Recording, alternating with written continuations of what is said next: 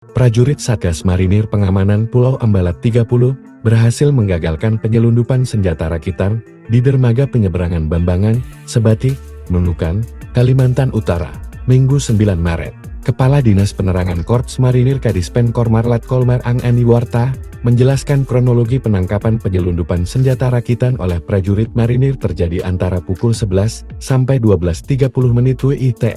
Tim yang sedang patroli rutin menemukan sebuah tas yang berisi komponen senjata rakitan, diduga berasal dari negara tetangga Malaysia jelas Ang, dikutip dari keterangan Dispen Kormar, Senin 10 Maret. Pada pukul 11.35 WITE, saat tim sedang melakukan sweeping kendaraan, Komandan Pos Bambangan, Peltumar M. Pakis, mencurigai seorang pengemudi taksi berinisial AKN yang membawa tas besar menuju dermaga.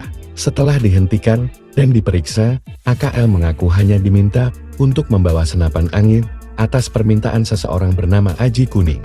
Namun, setelah diperiksa lebih lanjut, tas tersebut ternyata berisi sejumlah bagian senjata rakitan, seperti teleskop, laras kaliber 5,56 mm, dan komponen lainnya yang masih terpisah. Kemudian, Pakis memerintahkan pengamanan barang bukti dan dibawa ke pos Satgas Marinir Ambalat untuk dilaporkan ke Komandan Satgas Kapten Maroki untuk pemeriksaan lebih lanjut, serta mendalami asal negara pembuat senjata tersebut. Penggagalan penyelundupan senjata rakitan oleh tim gabungan menunjukkan kewaspadaan dan profesionalisme tinggi dari tim gabungan, khususnya Korps Marinir TNI AL dalam mengantisipasi semua ancaman, serta kegiatan ilegal yang mungkin timbul di perbatasan NKRI. Sebelumnya Kepala Staf Angkatan Laut Kasal Laksamana TNI Dr. Muhammad Ali dalam berbagai kesempatan menyampaikan kepada seluruh prajurit Jalasena yang tengah menjalankan tugas negara, terutama dalam menjaga keamanan wilayah perbatasan, agar senantiasa meningkatkan kesiapan